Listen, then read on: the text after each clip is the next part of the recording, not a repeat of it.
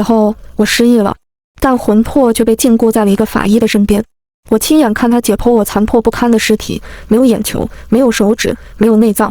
后来我恢复了记忆，原来他是我的爱人。后来我用毕生福报换取他的一线生机。作为一个死人，我无疑是悲催的。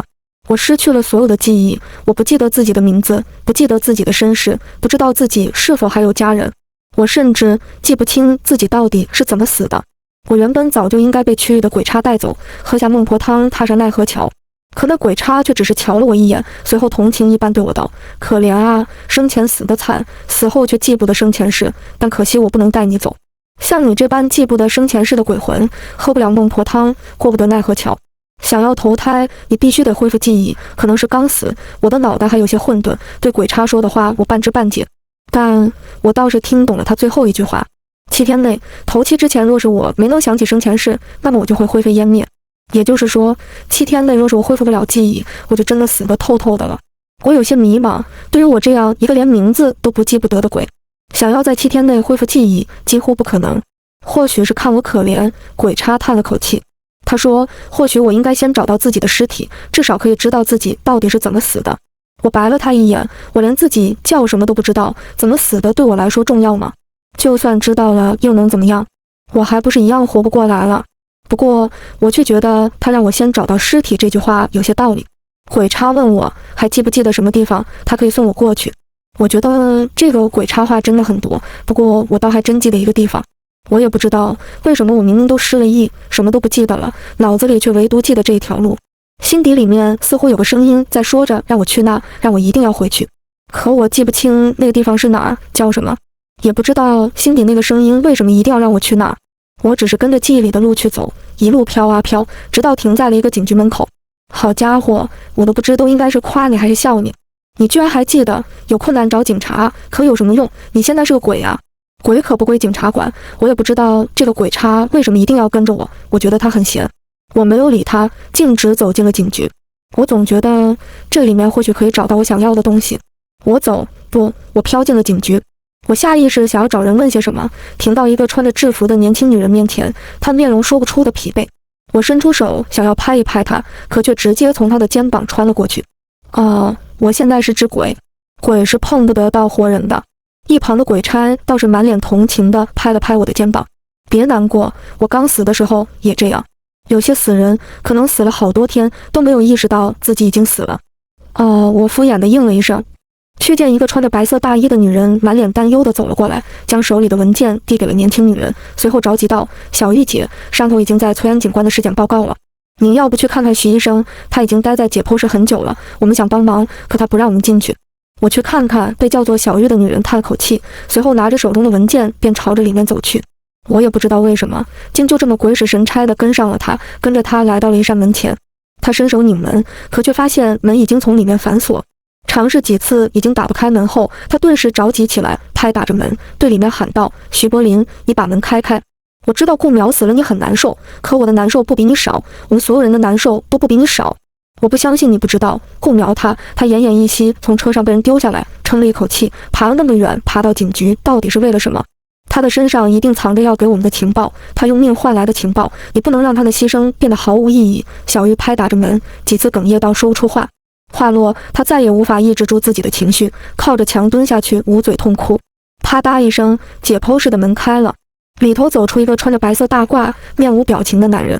男人的皮肤很白，是那种常年见不到阳光的白色。他的一双眼睛很好看，黑漆漆的眸子透着淡漠，却又丝毫感觉不到冰冷。再给我一点时间，给我一点时间。他的脸上写满着疲惫，沙哑的声音像是喃喃自语，却又像是哀求。徐柏林，我们不能让顾苗白死。我们要让那群畜生全都受到法律的制裁。我林玉就算是拼上我这条命，也一定要让他们付出代价。林玉抬起头，那双通红的眼里满是坚定与憎恨，这是一种极为强烈的情绪，悲伤与振奋交叠，几乎要压得人喘不上来气。名为徐柏林的男人没有说话，转身又走进了解剖室。林玉说他同他们一样难过，可很奇怪，我并没有从他身上感受到任何以难过命名的情绪。见林玉擦干眼泪起身离开，我准备继续跟在他的身后。可还没等我跟上去多远，一股强大的吸力便又把我吸回了解剖室恶门口。我有些纳闷这是怎么一回事，于是又再次飘了出去，却再次被一股力量吸回了原地。正在纳闷，身旁一直跟着我的鬼差却顿时眼前一亮，对着我满脸惊喜道：“找到了，你这丫头还真是好运。你刚死，灵魂刚离开躯体没多久，现在多半还能有多感应。你没有办法离开这儿，这说明你的尸体应该就在这附近。警局里除了这解剖室，应该没有其他停放尸体的地方了吧？赶紧进去看看，明明是在找我的尸体，可明显我身旁这个鬼差比我看起来还要激动。我有些纳闷，这年头地府的福利待遇都这么好，当鬼差还能这么闲的吗？我被这鬼差推了进去，一个猝不及防，我没有站稳，撞到了门口的桌子。不对，严格来说，应该是我穿过了那桌子。哐当一声，吓得我浑身一颤。我一回头，却见桌上原本立起的相框倒在了桌面上。那叫徐柏林的男人慢慢回头，似乎是瞧见桌上的相框倒了，那双毫无感情的眸子里似乎闪过了一丝慌乱，朝着我的方向快步走了过来。我有些纳闷，我明明没有碰到桌子，怎么可能碰到桌上的相框？正疑惑时，却见已经徐柏林穿过了我，走到了桌子前。他似乎感受到了什么，修长的身形顿了顿，没有立刻扶起相框，而是往后瞧了一眼。我被他那忽然回头的眼吓了一跳，他向后看时，那双眼睛就那样直直地望着我。我恍惚间竟以为他看见了我。正当我发愣时，我忽然感觉自己被猛地一拉，转头只见鬼差满脸后怕地看着我，对着我道：“怪我，没跟你说过，以后不要随便从物体还有人里面穿过去。你虽然碰不到那些东西，可是你飘过的地方都带着阴风，要是从人的身体里穿过去，阴气进了人的身体，那可是损阴德的。损了阴德，就算是你能恢复记忆，那也投不了胎。”鬼差对着我絮絮叨叨地念着，我将他的话听了进去，但这不影响我嫌弃他。毕竟当时要不是他猝不及防把我推了进来，我怎么可能站不稳，还刮倒了相框？可我不想同他争论，飘在一旁看着男人拿起相框，那双深沉的眸子深情忙看着相框里的照片，修长的手指时不时划过，不知道在想些什么。我有些好奇，凑了上去。照片上，一个穿着警服的年轻女人身姿挺拔，左手执着警帽，身上带着警徽，一头利落的短发衬得整个人英气干净。她昂首端正地站在警局前，红旗照映在她脸上的微笑之上，即便只是一张照片，可却依旧能够看到她眼神之中的闪烁的神采。116866，为什么他左胸前有串数字啊？鬼差不知道什么时候凑了上来，那是警号，我几乎想也未想便脱口而出。鬼差诧异地看向了我，满脸诧异。当然，诧异的不止他一个鬼，我也很震惊。我没有说话，只是呆呆地看着那照片中女人左胸那串警号，喃喃念着116866，116866，某某市公安局特警顾英杰警号重启，现由其女顾苗继承。我会视116866警号为终生荣誉，继承父亲遗志。116866顾苗今日归队。我的脑中不知为何闪过了这些声音和画面，我好像看见我从一个人手中接过什么。我看不清他们的脸，又或许周围的一切都模糊不清，就连有些声音我都听不清。我唯一能够看清的，只有那一枚闪着荧光的徽章，上面写着116866。他们朝我大喊着116866，欢迎归队。那声音振聋发聩，震耳欲聋。不知道过了多久，这句话始终萦绕在我耳边，直到听见鬼差推了推我，指着面前的那张照片对我道：“这照片上的人好像你生前居然是个警察，是吗？”我回过神来，看着面前的那张照片，可除了方才的那几幕模糊画面，却依旧什么都记不清。我觉得这个男人肯定跟你有关系，你要是想要恢复记忆，不如跟着他，看能不能想起些什么。鬼差说的头头是道。我虽默不作声，却也认同了他方才说的话。如果照片上的那个女人是我，徐柏林方才看照片时眼神之中透露出来的神色，想来对我十分熟悉。那眼神看得我心中发紧，我好像觉得自己不应该忘记他。徐柏林放下照片，走到了一旁的消毒间，换上一套蓝色的手术服，随后仿佛下定了什么决心一般，走到了一旁的解剖台边。解剖台上躺着一具尸体，看着那具尸体，我愣住了。我身边的鬼差只是看了一眼，便倒吸了一口凉气。好家伙，老子当了这么多年的鬼差，收了多少鬼，见了多少尸体，还是第一次见到死得这么惨的。这生前到底是做了些什么孽啊？他没有夸张，因为整具尸体已经惨到没有人样，浑身上下没有一块好地方，没有头发，被挖掉一只眼睛，身上多处腐烂，即便不同解剖验伤，也足以看出他生前曾经遭受过怎么样的折磨。如果我的感觉没有错误的话，这应该是我的尸体，我应该高兴，可是我实在是高兴不起来。问谁看见自己的尸体是这样子，谁能高兴？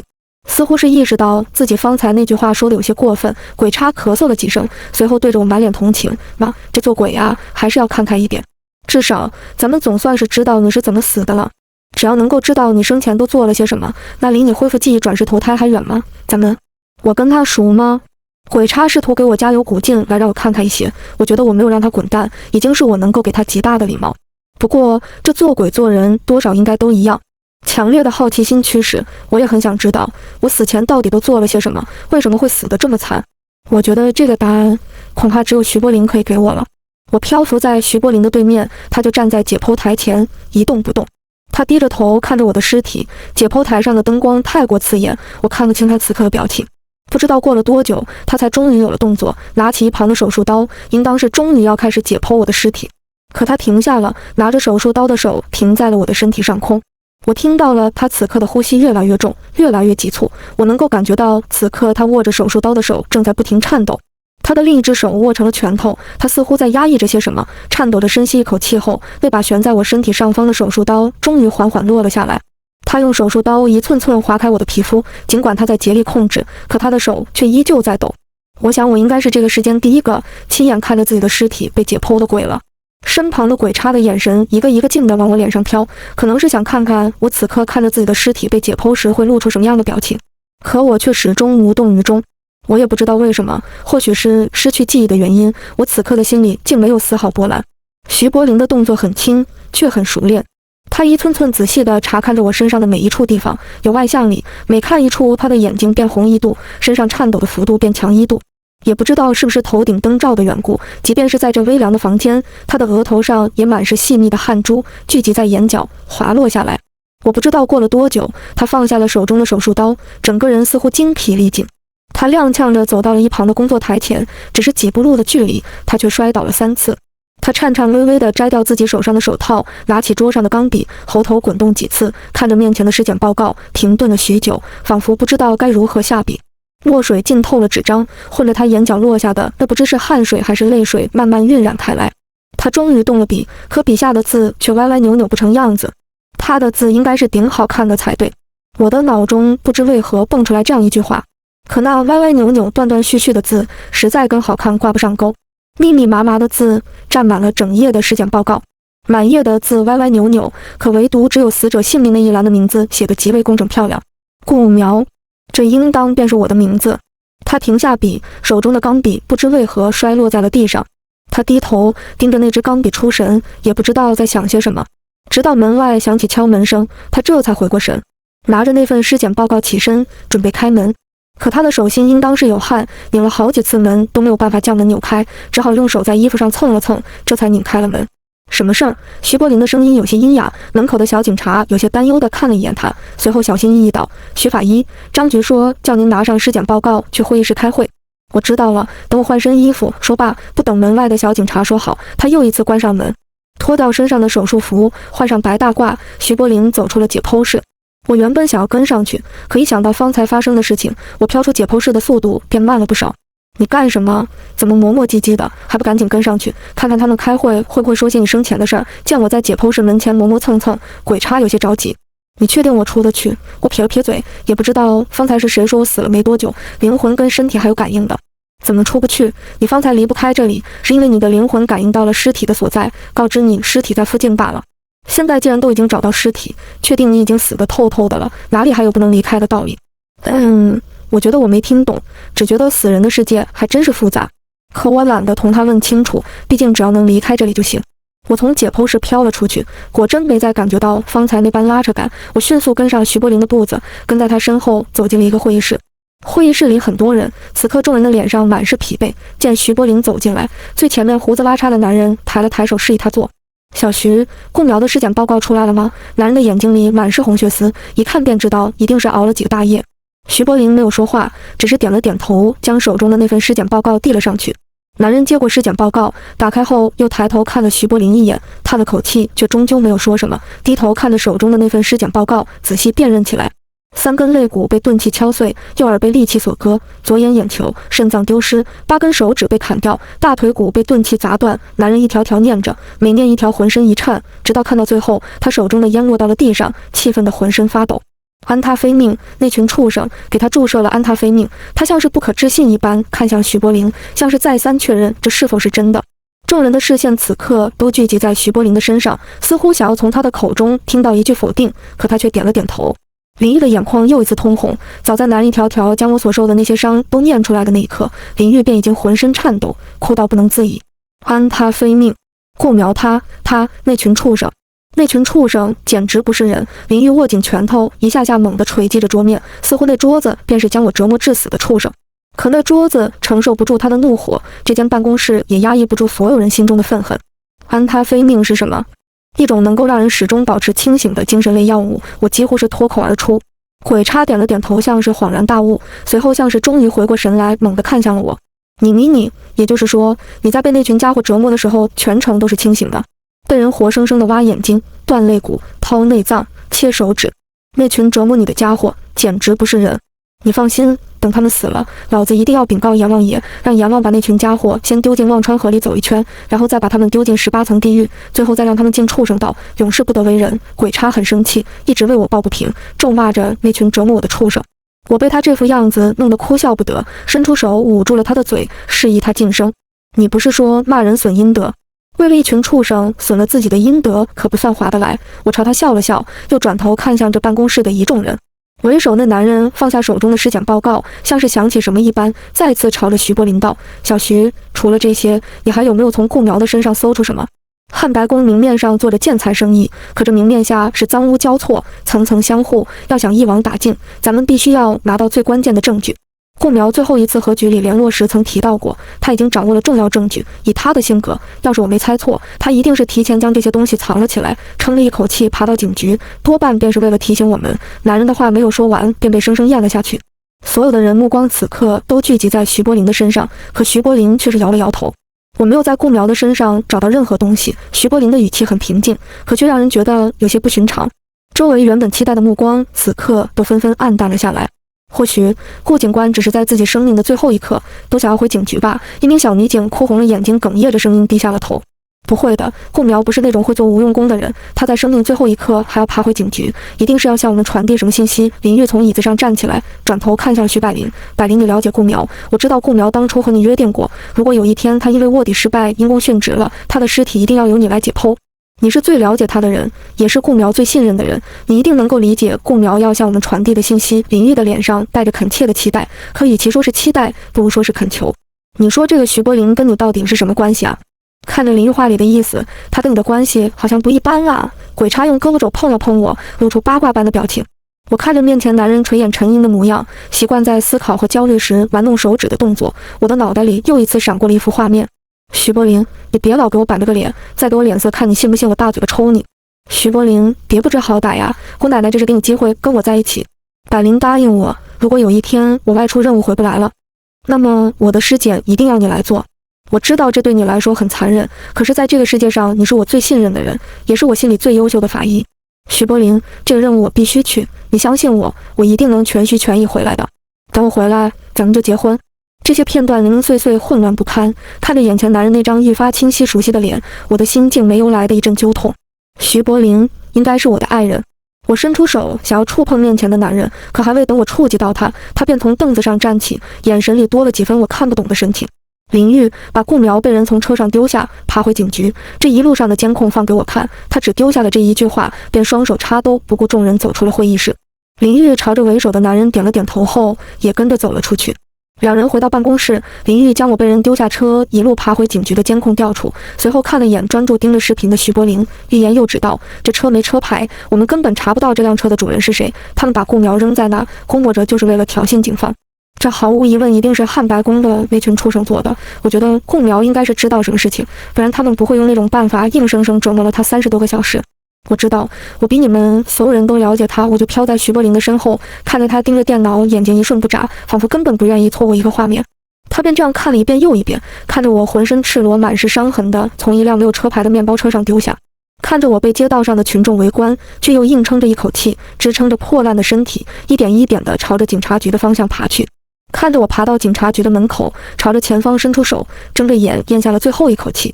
难怪你只记得回警察局的这条路，原来这是你死前最后一刻的执念啊！身边的鬼差叹了一口气，我终于冲着家伙脸上看到了除了八卦之外别的表情。办公室里没有亮灯，唯一的光源便是徐柏林面前的电脑。他就这样在电脑前坐着，一动不动地坐着，好几次我都能听见门外小警察们看到他时流露出的惋惜。徐法医和顾警官真是可怜。谁说不是？听说2个人连结婚证都领了，就等着顾警官这次任务回来就结婚的。来劝徐柏林休息的同事来了一波又一波，可徐柏林却始终一动不动，没动作，也不理人。就这样做到了天亮。林玉听闻消息，气势汹汹赶来的时候，徐柏林依旧盯着电脑，估摸着瞧见他那油盐不进的模样，林玉气恼对着他毫不客气一巴掌打到了他的脑袋上。徐柏林，你想死还是不想活了？就照你这个架势，没等到证据活捉那群家伙给顾苗报仇，人已经没了。你这人怎么？我知道顾苗到底想要向我们传递什么消息了。徐柏林的声音有些虚弱，他看了一眼林玉，随后回过头闭上眼。林玉一惊，随后一喜，什么消息？你快说。他想要回家，他不是在往这里爬，他在生命的最后一刻趴在那里伸出手的方向不是警局，北边，从那个方向一直往北走，那是他的家。他爸妈死后，他被送到孤儿院，再也没有回过家。徐柏林低着脑袋，在睁开眼时，眼尾却泛着红。他缓缓站起身子，掠过林玉，回到解剖室，换了身衣服过后，又走到一旁，拿起桌子上放着我照片的相框，从相框后头取出了一把钥匙。拿着钥匙，徐木胜走出警局，开着车便朝着北边的市区外开去。我是真有点担心，这家伙看起来许多天没休息的模样，到底会不会因为疲劳过度引发交通事故？可实际上，我多想了。车子行驶了很久，最终在一片老旧的居民楼处停下。这里的房子一瞧便知道有了年头，老旧的电线，掉漆生锈的老旧防盗门。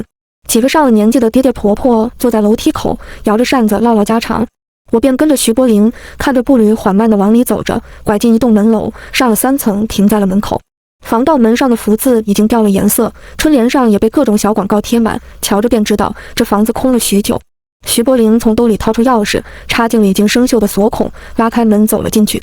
我跟着他飘进了这里，进门的那一刹那，我仿佛听见耳边有个浑厚的声音，一遍遍叫着我的名字。苗，你看看爸爸妈妈给你带什么东西回来了。苗，别生爸爸妈妈的气，爸爸妈妈不是跟你解释过了，我们不是故意不去看你的表演的。爸爸妈妈实在忙，这不工作一结束，我们不就回来陪你了吗？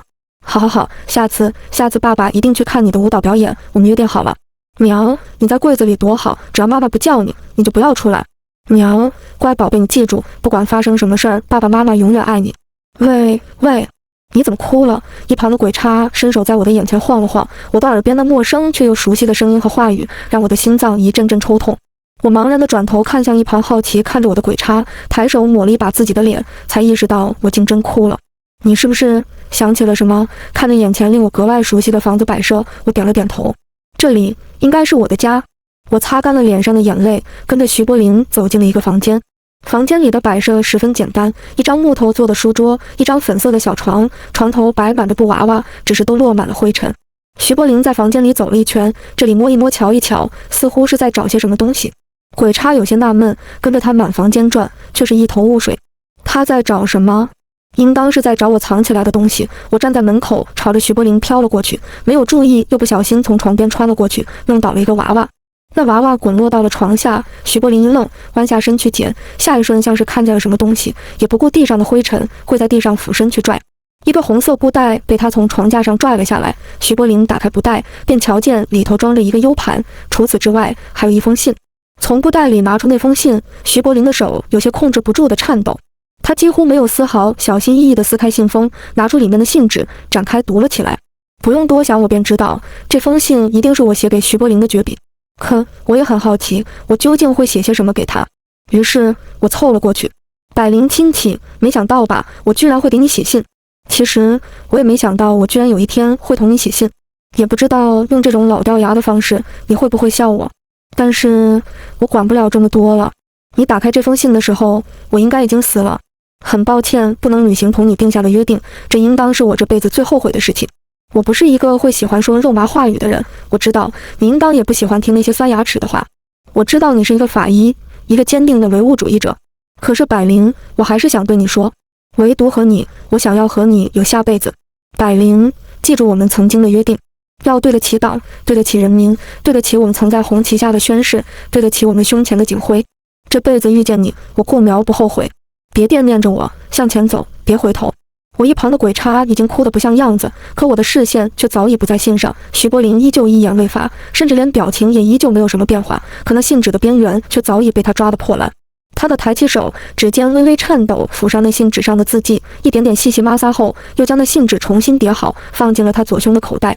他站起身子，应当是跪久了，膝盖有些支撑不住，过了许久，才终于站直了身子，将 U 盘放进口袋。徐柏林马不停蹄下楼，准备回警局。我跟在他的身后，刚走出楼梯口，便察觉到几道视线朝着徐柏林而去。我觉得不对，追随着视线一一望去，猛地瞪大双眼。徐柏林，跑！快跑！我朝着徐柏林大吼一声，但他却根本听不到我的声音。我从来没有那一刻痛恨自己居然是个死人，环顾四周，想要找些东西提醒他，可已经来不及。几个面色凶狠的男人已经朝着徐柏林冲去。等徐柏林意识到自己被人跟踪的那一刻，他已经被人用黑布套住了脑袋，绑上了车。我跟着跳上了车，那几人将徐柏林带到了一栋郊外的别墅，浑身扒光之后，将他丢到了一处沾满了血的牢房。随后一盆水浇到了他的头上，将他浇醒。徐柏林，徐法医看见为首男人的那一瞬间，我的浑身逐渐冰冷，我根本无法控制，因为此刻排山倒海般的画面正一幕幕在我眼前闪过。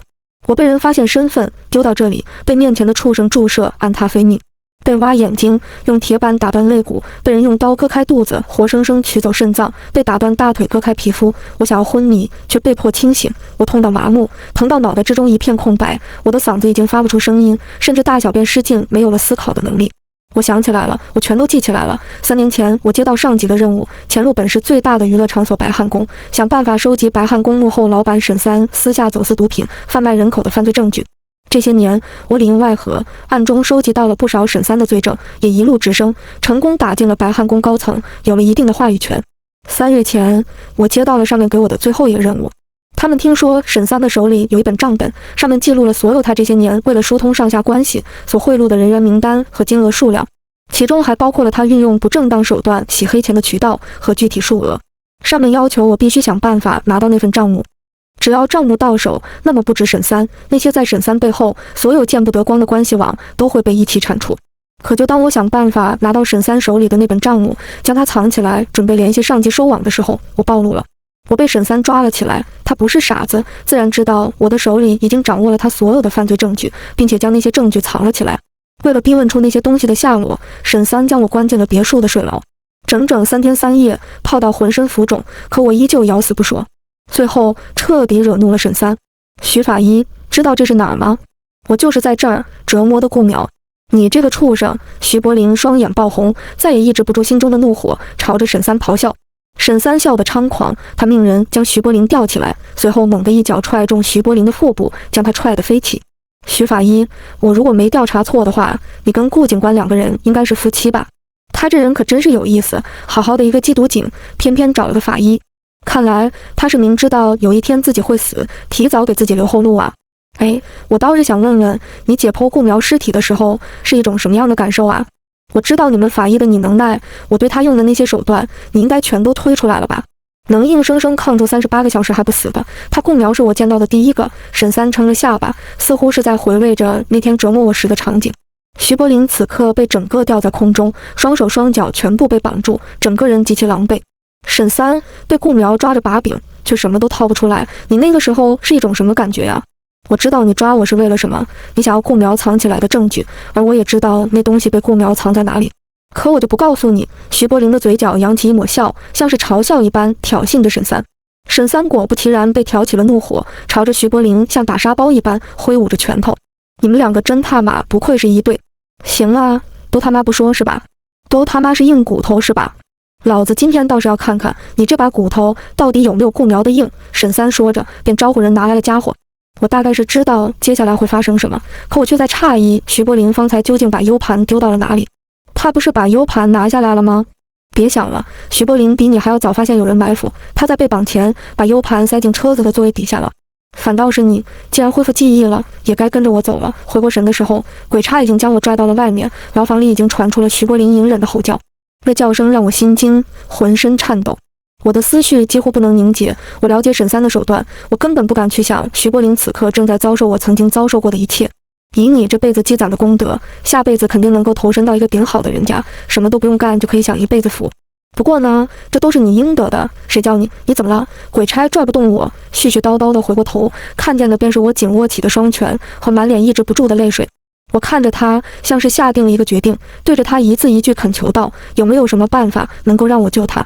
我知道你肯定有办法，我必须得救他。鬼差的脸上诧异一刻，随后定定地看着我，皱紧了眉头。你在说什么？你已经是一个死人了，凡间的事情跟你已经没有什么关系了。你好不容易恢复记忆，当然是赶紧跟我回地府投胎，免得过了时间得不偿失啊！你只要告诉我有什么办法能够救他。我坚定地看着他，像是下定了决心，可以付出任何代价。耳边徐柏林的惨叫一刻不停，他身体若根本支撑不了多久，沈三下手每一下都是在死亡边缘，却又不会让人真的死掉。我同鬼差僵持了几秒，他像是也在挣扎，最后叹了一口气。如果这个办法需要你付出很大的代价，你也绝不后悔。我坚定点头，不后悔。它会消耗掉你所有的福报，你再也不能转世投胎，还会灰飞烟灭。你再仔细想想，我说过，以你这辈子积攒的功德，下辈子肯定能够投身到一个顶好的人家，你会忘记现在发生的一切，幸福快乐的过一辈子。不用想了，我摇了摇头。沈三是个祸害，如果让他继续逍遥法外，不知道会家庭家破人亡。我是一名警察，守卫祖国，保护人民，不让更多的家庭被破坏，就是我的使命。我绝不后悔。鬼差看着我，似乎十分震惊。他叹了口气，最终点了点头。你会暂时拥有幻化实体的能力，可你只有1个小时的时间，这个办法会消耗掉你生生世世转世的机会，时间一到，你会灰飞烟灭。这是你自己做出的决定，不要后悔。绝不后悔。话落，鬼差往我的嘴里塞了一颗东西，很快我便由透明慢慢拥有了实体。你想要怎么办？鬼差问道。我没有说话，只是朝着别墅内的一处地方走去。这里是沈三的大本营，我从前来过这儿，摸清楚了这里所有的暗道，包括沈三藏在这里的武器炸药。设定时间，点燃炸药引起动静，造成有人入侵的假象。当然，这样做的好处不仅只有引起沈三注意这一点，也可以顺带炸掉沈三的武器库。随后带着徐柏林从暗道出逃，联系最近的警局，带人支援。这般想着，我飞快找到了沈三别墅的武器库，借助着可以随意幻化虚实的能力，飘进了武器库内。说实在，我也觉得这一切属实有些玄幻，可是现在我顾不得这些。找到定时炸弹，我将爆炸时间设定为3分钟。随后我飘出武器库，又回到了关着徐柏林的地下室。你可算回来了。我刚刚看着那个畜生，好像给他注射了什么东西，是不是你说的那个什么安什么他的？总之，他现在情况不太好，我也不知道为什么这个家伙现在还没有离开。可是现在我管不了他。我飘进这个我曾经遭受折磨的牢房，徐柏林的鼻梁被打断，此刻正满脸是血。他的眼睛睁得很大，眼球都快要瞪出来，整个人亢奋到恐怖。长时间的熬夜加上被注射安他非命后的强制清醒，要是不立刻送他去医院，徐柏林恐怕会因为过度亢奋导致心搏骤停。我整颗心紧紧揪起，看着他现在这般模样，我恨不得立刻化为实体冲上去和沈三拼命。可是不行，沈三得活着，他必须得活着落网。等等，再等等。此刻我浑身颤抖，都说人死后察觉不到疼痛，可是我此刻却能感受到我的心脏处快要疼到撕裂。我眼睁睁地看着沈三拿起一把匕首，狞笑着朝着徐柏林而去。匕首的刀剑已经没入了他的胸口，我猜到了他要做什么，他要像对我那般将徐柏林的内脏活生生掏空。等等，再等等。我没有那一刻觉得3分钟的时间竟如此漫长。我的脑袋里此刻不停地重复着这句话，他像是在同我为数不多的理智做斗争一般。终于，在我再也忍不住要怒吼一声，朝着张三冲过去时，砰的一声，一阵巨响震得整座别墅都发生震荡。张三被吓了一跳，手中的刀子握稳，竟直接掉在了地上。他妈的，发生什么事儿了？张三顿感不妙，立刻大吼一声，很快便有人连滚带爬跑了进来，告诉张三别墅的武器库发生了爆炸，不知道是谁引爆炸弹。妈的！张三听闻怒吼了一声，哪里还管得上折磨徐柏林这回事儿？这栋别墅的武器库便是他在这里所有的家伙，他敢在警察面前耀武扬威，也是这些东西给他的底气，没有什么比那些东西更重要了。那些炸弹绝不可能会自动爆炸。他妈的，那群狗条子！跟我上去看看！张三说着，又狠踹了徐柏林一脚，随后朝着他吐了口唾沫后，便急匆匆地走了。我紧瞅着张三带着人离开，随后立刻幻化实体，将已经意识清醒可已经精神模糊的徐柏林放了下来。没有了束缚，徐柏林整个人瘫软在地上，我将他抱紧怀里，眼泪再也忍不住止不住地往下流。百灵，徐百灵，我哽咽着声音抬手擦去了他脸上的血污。百灵，是我，看着我，我在这，我带你逃出去。我已经来不及想我此刻的出现究竟会给他带来多大的冲击。对于他一个从不相信鬼神之说的法医，一个唯物主义者，应该没有什么比看见已经死去的爱人重新出现在自己眼前更加震惊的了。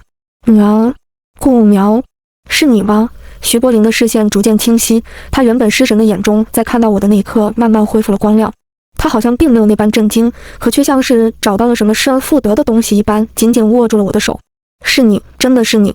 苗，你真的一直都在。我有些诧异，我原以为他在见到我的那一刻会对我说你没有死，又或者说我就知道你还活着，可我却怎么都没有想到他居然会说我一直都在，也就是说他一直都能感受到我在他身边。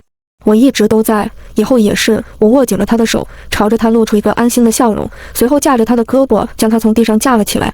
我先带着你离开这。我的话落，别墅内再次响起一声爆炸。我不敢犹豫，立刻带着徐柏林从地下室内另一条密道拐了出去，弯弯绕绕之后，带着他从一处排污管道逃出了别墅。百灵，我现在说的你要记住了。顺着这条路一路向下，出了林子，一路向东走2公里，那里是最近的警察局。到了警局后，打电话给张局，让他多调些人手，一队围堵汉白宫。汉白宫1楼的杂货间里有一扇暗门，那里是通往负1楼的入口，那里才是汉白宫真正的赚钱渠道。让林玉去你车里拿证据，那个 U 盘里有张三这些年来在 X 市所有的人脉网，以及汉白宫这些年来贿赂他们的金额和证据。我炸掉了他们的武器库。张三是个聪明人，恐怕应该会立刻意识到不对，让张局派人守住码头，务必不能让他逃走。还有，你就没什么话要同我讲的吗？徐柏林打断了我同他的交代，一双通红的眼睛紧紧盯着我。他像是意识到了什么一般，紧紧地将我抱进怀里，不肯让我往前再走一步。我用力挣扎着身体，可挣扎的又岂止只是身体。我朝着徐柏林大声呵斥：徐柏林，我在跟你讲正事儿。可徐柏林却将我越抱越紧。顾苗，你能不能自私一次？你就让我自私一次。你要走了，是不是？他的声音带着哽咽的颤抖，他的浑身也在颤抖。那些隐忍的情绪终于在此刻迸发。这是我第一次看见冷静的如同冰山一般的他在我面前落泪。顾苗，哪有什么唯物主义呀？和你在一起的每一分每一秒，我都在感谢上天让我能够遇见你。你出任务卧底在外的每一刻，我都在祈祷上天让你能够平安回来。顾苗，你是不是又背着我做了什么傻事儿？我就知道我不在，你总犯傻。他捧起我的脸，脸上也分不清那到底是血还是泪，从他脸颊滚落，滴落到我的脸上，竟滚烫的快要将我灼伤。徐柏林，咱们没时间了。我咬着牙，故意不去看他眼中复杂到让我几乎无法呼吸的情绪，耳边是鬼插捅我的催促。我掰开他的手，拉着他在林中奔跑。我不敢同他说爱，我也想自私啊，我也想在这最后一刻亲吻着他，对他说100遍、1000遍的我爱你。我想将余生来不及说给他的爱字说尽，可我没时间了。我咬着牙，将余下所有的交代同徐柏林说完。他抓着我的手依旧如此的紧，他看着我，仿佛要将我永远刻进他的眼里。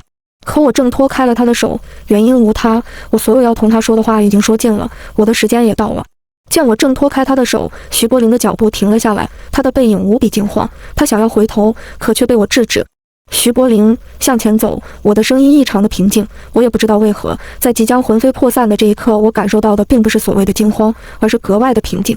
苗，徐柏林似乎察觉到了什么，不过也是，他的感觉一向很准。我抬手贴在了他的后背，用尽全身的力气将他推了出去。徐百灵，向前走，别回头。徐柏林被我推了出去，可还是忍不住要回头看我。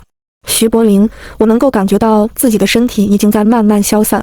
我用尽全身力气朝着他大吼：向前走，别回头。他回头的动作微微一怔，我不知道他用了多大的力气才制止住自己的动作，僵硬地往前走去。慢慢的，他的动作越来越快，像是克制着什么，又像是逃避着，不停向前奔跑。值得吗？意识彻底消散前，我的耳畔传来了鬼差叹气般的询问。当然，我点了点头。我长在红旗下，生在春风里。我在红旗下宣过誓，我无愧我的国家，无愧人民，我对得起我胸前的荣誉，对得起父亲的传承。我唯一对不起的，只有我的爱人。希望在每年春暖花开的那天，路过的春风能够替我告诉他，我爱他。